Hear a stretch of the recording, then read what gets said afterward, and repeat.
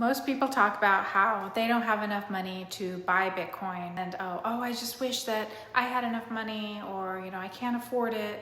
I have too much, I'm broke. Those are all a bunch of excuses that I constantly hear from all kinds of different people. You just haven't thought about where that money is hiding in your life. I can promise you that there's a bunch of different ways that you can probably find some money. You just might have to do without something. That's the hard part. So today, this is a follow-on from another video I did where we talked about the 6 different levels in the Bitcoin food chain, which was a pyramid where it was a ranking, and it was your top percentage of your holdings were compared to a predator. So today, I want to talk about how you can climb that food chain, what you can do to buy more Bitcoin or find money to buy that Bitcoin. So how can you free up cash at every level, no matter what level you are at, so that you can stack more sats without feeling like you're completely broke or feeling like you have to put down a ton of cash up front. As a beginner, if you are a very small holder, or if you're new, the best way is to start with DCA, or it's called dollar cost averaging. So what you do is you just buy a small amount every so often. So what I would recommend and suggest is to set up like a cadence. So maybe you do small buys, and maybe you set that up as a recurring buy, so you're not looking at it, or just go in there and make the purchase. So even if it's only like $5, $10, or $20 every week, or even a month, it doesn't matter whatever amount that you choose. So the trick is just look for one thing that you can skip each week and funnel that money into Bitcoin instead. So for example, like if you like to get lattes or coffees, so take that $6, switch it into Bitcoin instead. So I mean, that's like one day with going out without that, or one day with making coffee at home. If you have a snack or an energy drink, just say, you know what, I'm gonna make a healthier choice. I'm not gonna get the candy bar for $10 into Bitcoin instead of putting $5 to $10 in a snack. So just redirect little pieces of money throughout your typical day into Bitcoin, because you won't feel the difference, but you will see the difference in the future, because that will add up. Once you're past that very beginning stage, you will start to notice how much money slips through the cracks. Take 1 week and write down everything that you spend. You will then see all of the little leaks that happen with your money. Some really common leaks that I have found in my life is streaming services that I forgot about. So there's like all these apps on my TV. I forget that maybe I signed up for one just to watch one show or one movie, and then I never canceled it, and they kind of add up and they're charging you in the background. So check on all of those. Cutting like 2 subscriptions at $10 each. I mean, that's $20 a month, and you can redirect into Bitcoin on top of whatever other money weekly that you are redirecting. So all those little bits add up. Over a year, if you're saving $20, that's $240.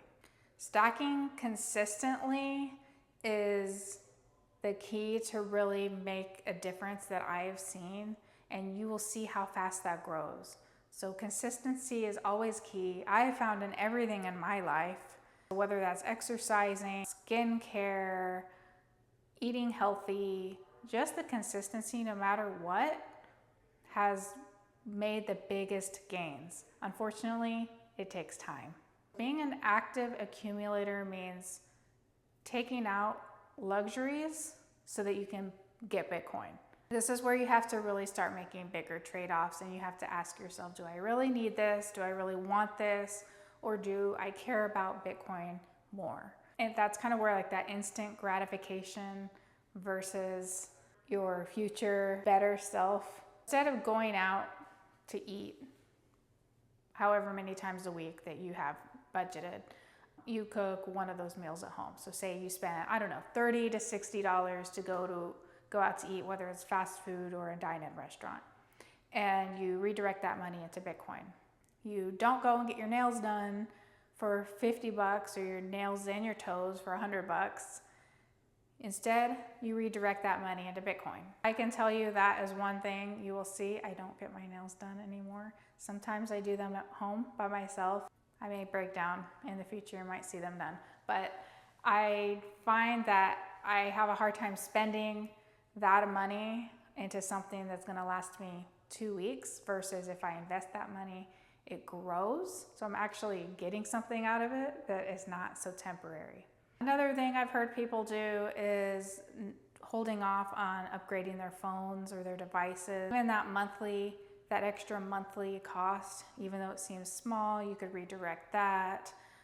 All of those add up because we're always upgrading our devices, and it seems like it never ends. As soon as you're done paying it off, oh, I want the next shiny one. I'm guilty of that one though. So I've heard it, like I said, I've heard other people do that. I haven't done that. It's really about training your brain into seeing that Bitcoin is the key, not nails, not the shiny new toy, not the extra dinner out. Unfortunately, that's where you're starting to get into sacrificing some things, but I am all about enjoying yourself, enjoying your life. I don't just laser focus completely on Bitcoin. It's about balance. You know, you want to plan for your future. You want to plan for your money to grow, but you also want to enjoy what you have right now. So it's really just like this balancing act. The next step from that would be adding extra income streams. At this stage, you're not just finding ways to cut some expenses. You are also looking for some kind of income. So you could sell things that are around your house, clothes, furniture that you don't need anymore. Don't go without, but just anything extra, shoes. Turn any kind of clutter that you have, something you're not using, turn that into sats. You could pick up a side hustle, do some freelance work, dog walking. There's all of those different food delivery services that are really busy right now. Dedicate however much percentage you want from that. So, I mean, even if that's 100%, that's awesome. But whatever percentage works for you, put those earnings into Bitcoin. Or if you get bonuses at work, commit a percentage of those bonuses to Bitcoin right away. Another tip is that as soon as you get that fiat income, you could put it into a separate bank account, let it add up to whatever amount you want it to be until you buy the Bitcoin. Just that way it's not in the main account and you don't accidentally spend it. You know it's dedicated for your Bitcoin buy, whatever that is. At the top, you are the advanced Bitcoiner. So you maximize every opportunity, and here's where it gets more fun. So advanced Bitcoiners find ways to turn all kinds of events into stacking opportunity. If you get a tax refund, that goes into Bitcoin. Really everything in your life, when you have an income of fiat, you're thinking, how can I redirect this, or can I redirect this into Bitcoin? Some people even take out loans. They take out home equity lines of credit or low interest personal loans, and they direct that into Bitcoin also, with the expectation that the Bitcoin will outperform the interest paid towards the loan. So this is where you're at, building this lifestyle that Bitcoin is always a priority. Bitcoin's number one for your future. Climbing the Bitcoin food chain isn't about being rich or getting rich quick. It's about being smart, making sacrifices, having a strategy, and definitely consistency. Consistent stacking is going to get you further than you think.